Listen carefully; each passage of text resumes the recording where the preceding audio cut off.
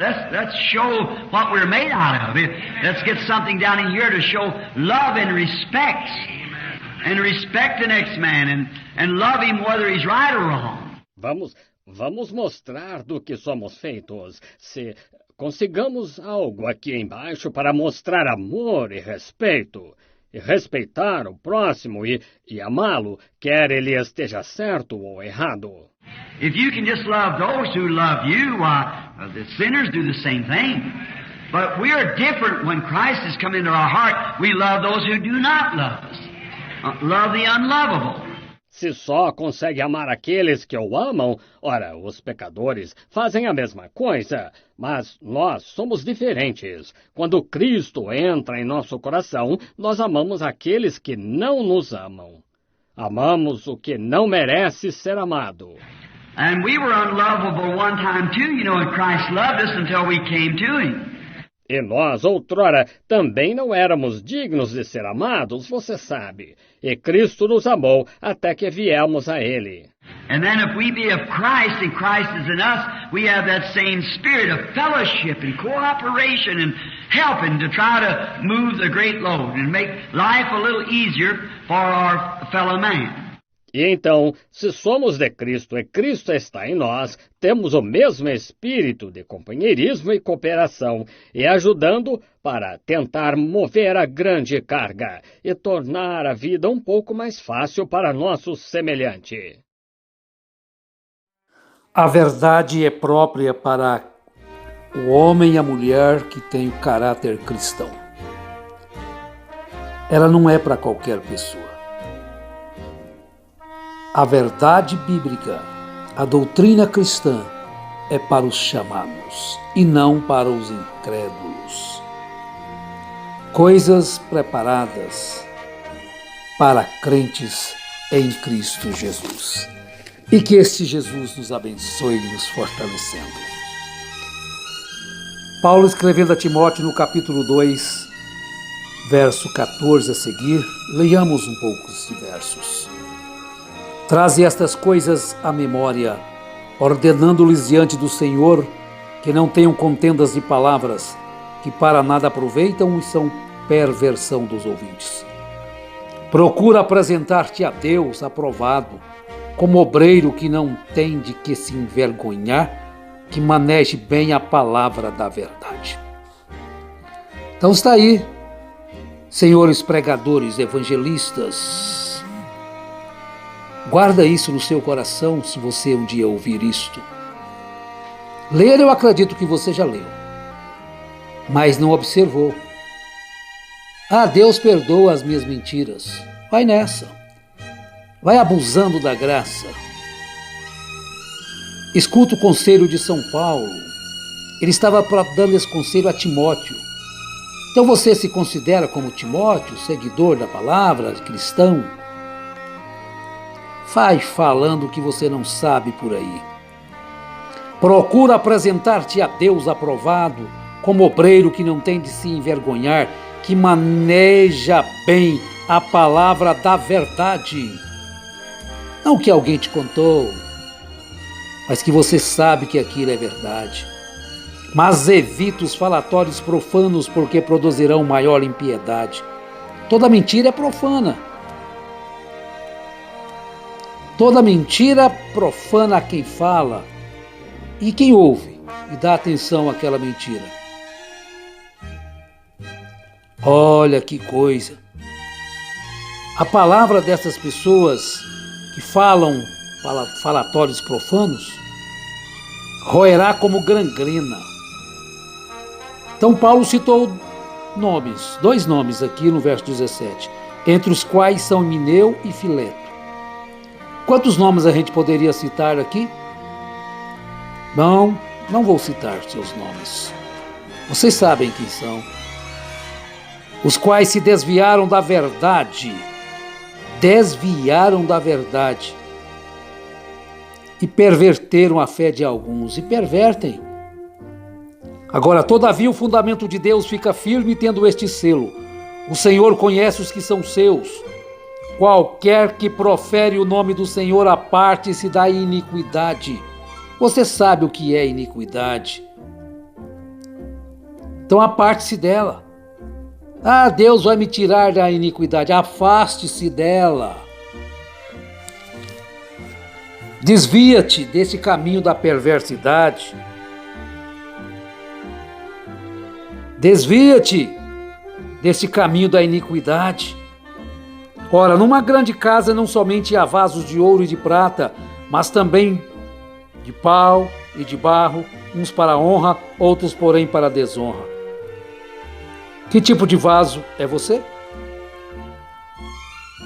Analise, de sorte que, se alguém se purificar destas coisas, será vaso para a honra, santificado e idôneo para o uso do Senhor e preparado para toda boa obra.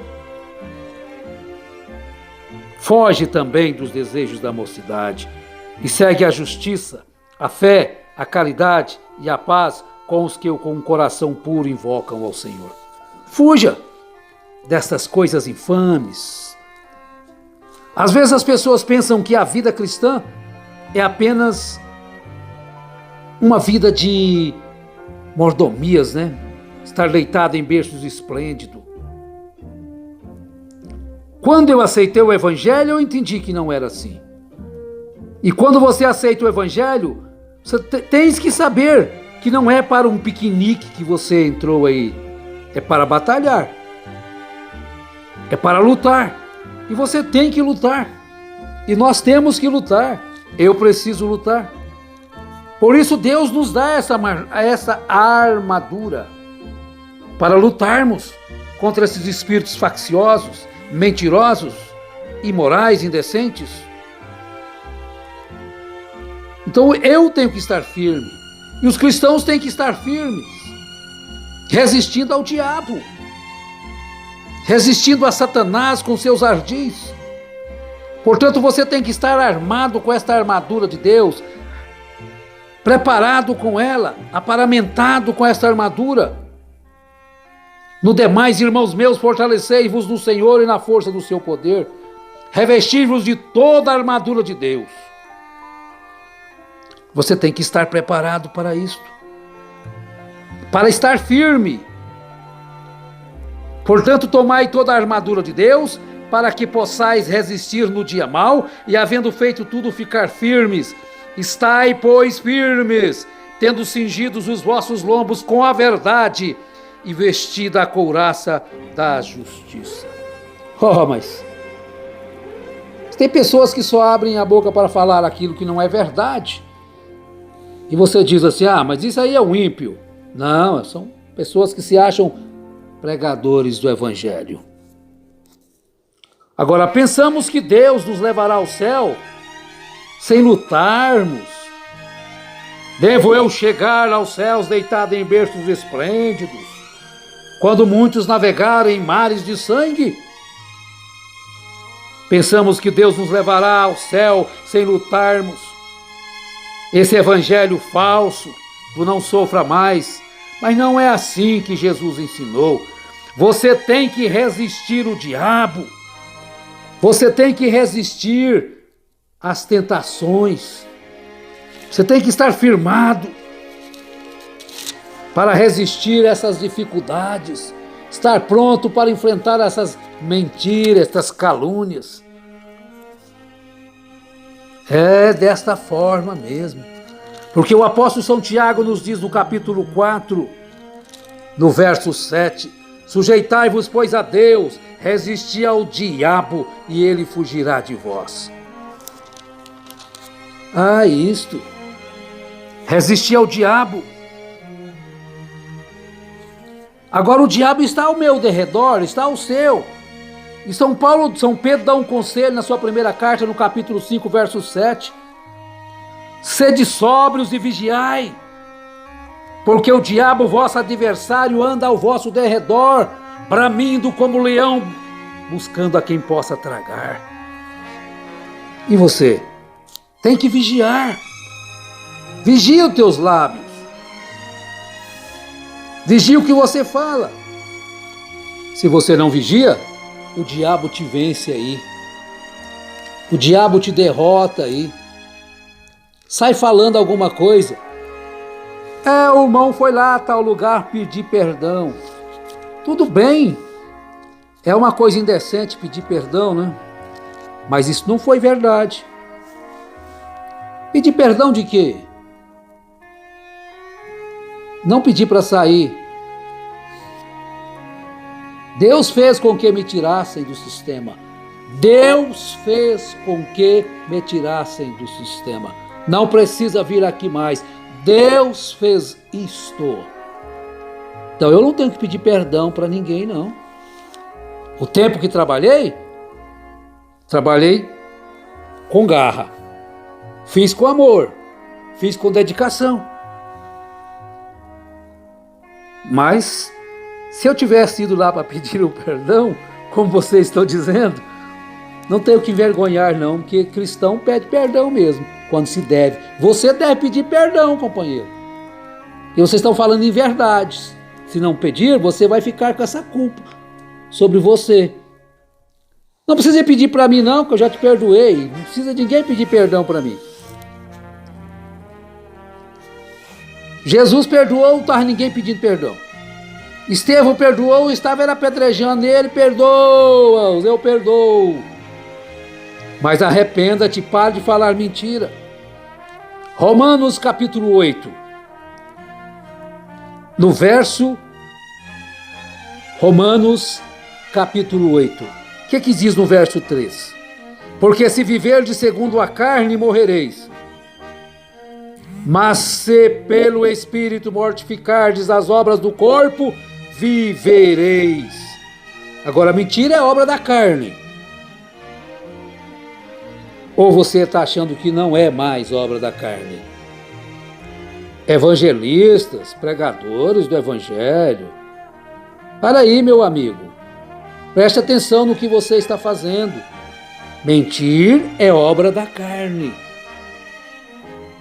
E nós temos que lutar contra a mentira. Nós temos que lutar contra as obras da carne. Nós temos que derrotar Satanás neste corpo do pecado, lutando contra ele. Não se esqueça disto. Olha, Deus quer que nós vivamos uma vida limpa, sóbria, amorosa. Nós devemos operar a nossa salvação. Não fazer como Esaú, que desprezou a sua primogenitura.